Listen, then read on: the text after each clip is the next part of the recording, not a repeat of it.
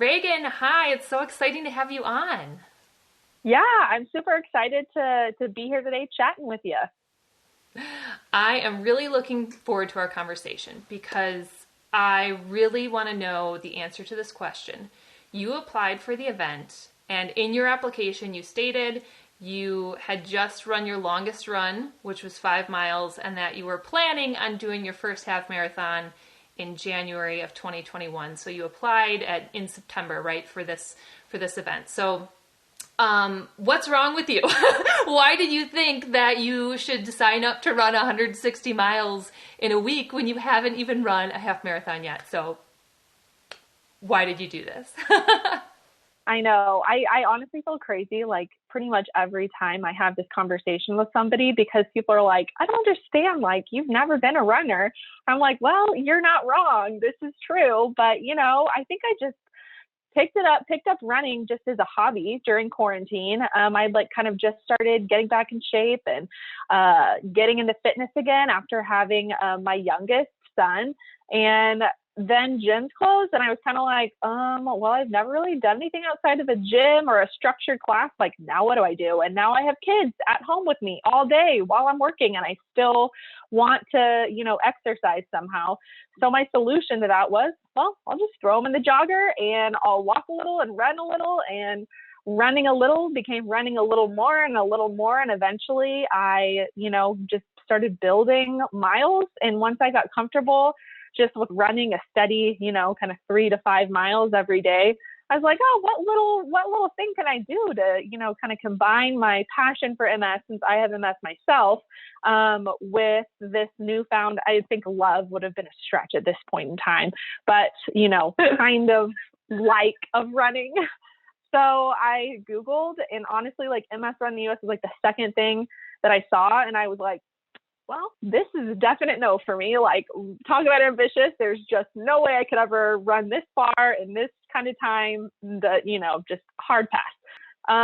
But I couldn't shake it and was like, you know what? The worst thing I can do is apply and have them be like, okay, lady, like, you don't have the experience we're looking for, but I know that I have like the heart for it. And so that's why in my application, I was like, I know I've only run 5 miles before, but like, I'm training for a half marathon. Like, I just know that I can do this, that I'm going to make it happen one way or another. And I still really believe that. I've been through training. I ran my first half marathon in January, and I'm still like, yeah, like, I'm going to do this. And, I'm getting there, and I have officially fallen in love with running along the way. I went from hate to kind of like to, okay, I think I get it now. I get it finally.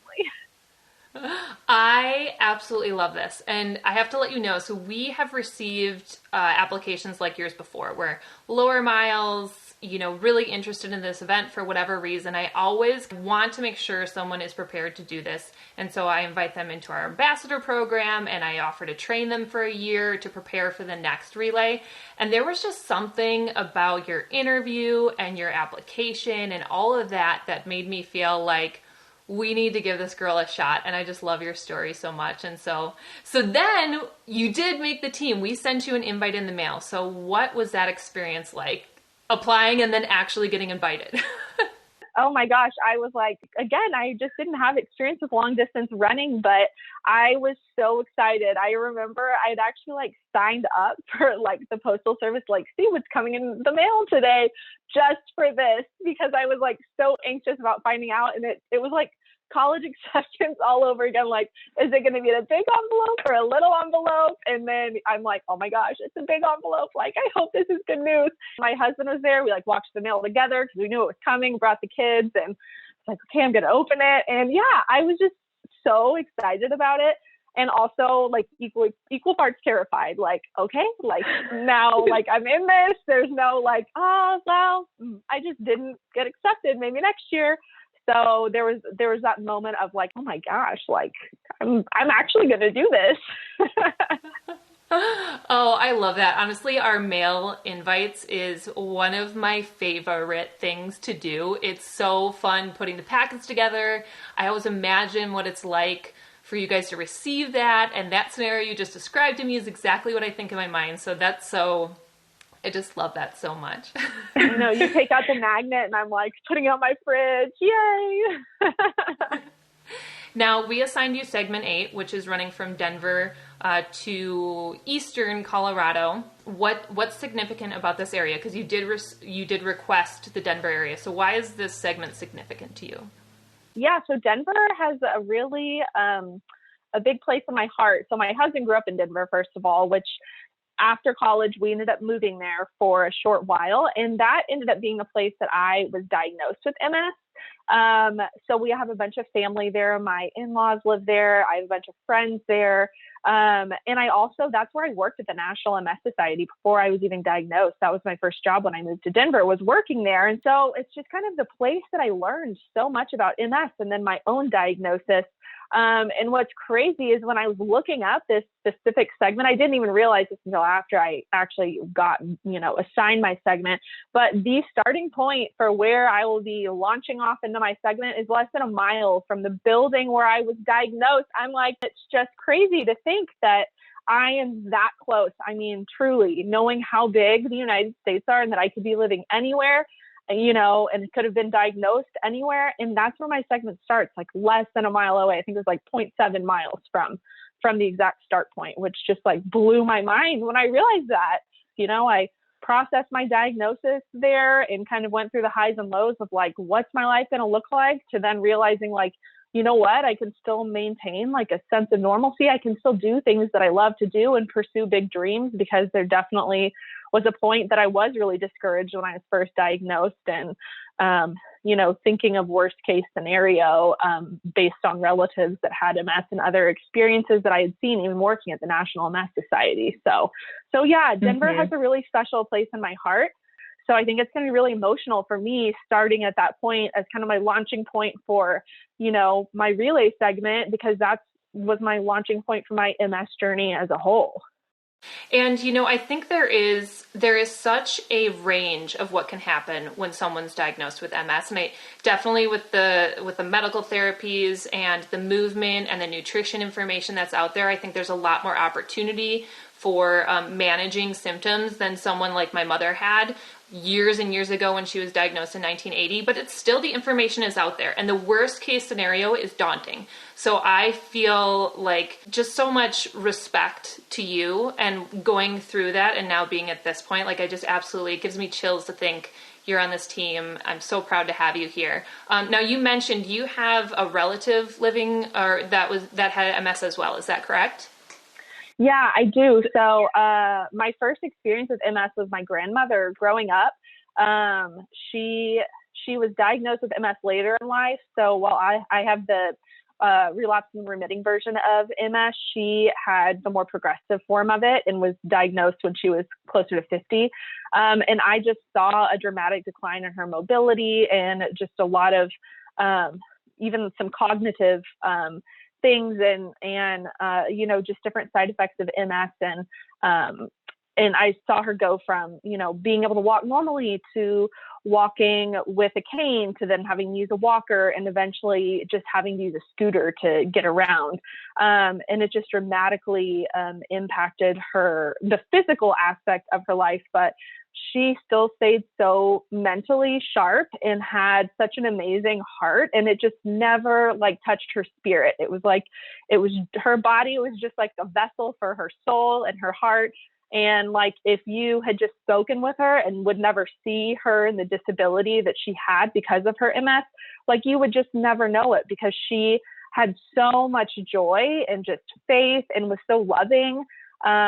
And she just like really, I think, inspired me and made me realize, like, when I was processing, even if I thought, okay, worst case scenario, I was having conversations with, he was my fiance then, but my now husband, about like, what if I'm not going to be able to walk? And I think that I just remembered, like, you know what, like, my grandmother's case is one of the worst case scenarios for MS and what the symptoms look like and all of that. And she still just had so much light in her life and was such a light for other people that I realized, you know what, even if it is like worst case scenario, somebody like her just inspired me and made me realize, you know what, like, it can only take from you as much as you let it take from you. And so I think that that's one of the things that I've just carried with me through this. And one of the driving factors for doing this is there are people who have a lot more disability associated with MS, who have a lot harder days and rougher stretches. And I've always said throughout this journey, for most people who have, you know, especially mobility issues related to MS, my worst day on the road would be their best day. You know, they would take sitting on the couch or sitting down and would rather be out on the road running, no matter how hard it is, just about any day. So I kind of try to keep that perspective, and even think of my grandmother who, you know, didn't have mobility for a long portion of the end of her life. And, you know, how can I take that and use that as fuel to do good and, you know, to be a part of this amazing experience that's going to push my physical limits. I think that's so significant what you said about it. It can only take from you what you allow it to. And it gave me chills, because it doesn't, obviously it applies to MS, but it applies to so much else. And I found from my experience growing up watching my mother living with MS and her disabilities that she lived with, and that same similar spirit that you talk about, I learned how to live life through adverse circumstances and what that can look like. I mean, certainly we're not invincible. You can't like take a hit and be completely untouched, but we can certainly work through those and get to another side where we can feel joyful, even if everything isn't exactly how we expected it to be. And there's so much power in that. So I really, really love, I mean, there's just so much that you said that's really great. So before we wrap up our conversation, do you want to ask me something about myself or the organization? Yeah, I was wondering if you could say what's kind of the most surprising thing that has come from, you know, starting and running MS Run the US over the last several years. I would say one of the most surprising, and maybe it's not surprising, but I think when I started the organization, you know, maybe you can imagine one thing of what you might be as a leader in an organization. And every single year I come back to the root of me is I'm a runner that loves someone living with MS. So I love the relay team, and I love leading the relay team. And then I also love road crewing. Like, if I could unload everything and take one job at this organization, it would be traveling every summer, van life, living with the runners in the motorhome, and being road crew. It is honestly, I just love that. And that grittiness, the being in there, being a part of the story. So it's surprising to me, because as a leader, sometimes you think about being on the upper end, whereas my favorite jobs are really kind of being nitty gritty on the road, doing the event and being a part of it that way. But this summer I get to have the road crew take care of you and see how the story unfolds that way. So thank you so much for your time this afternoon. I'm looking forward to watching you continue training and seeing how everything comes out this summer. Yeah, I can't wait to see how it goes. Can't wait for June 2nd to get it going. I'm Ashley Schneider, Executive Director of MS Run US. Thank you so much for watching our videos, and make sure to subscribe so you can get our latest uploads.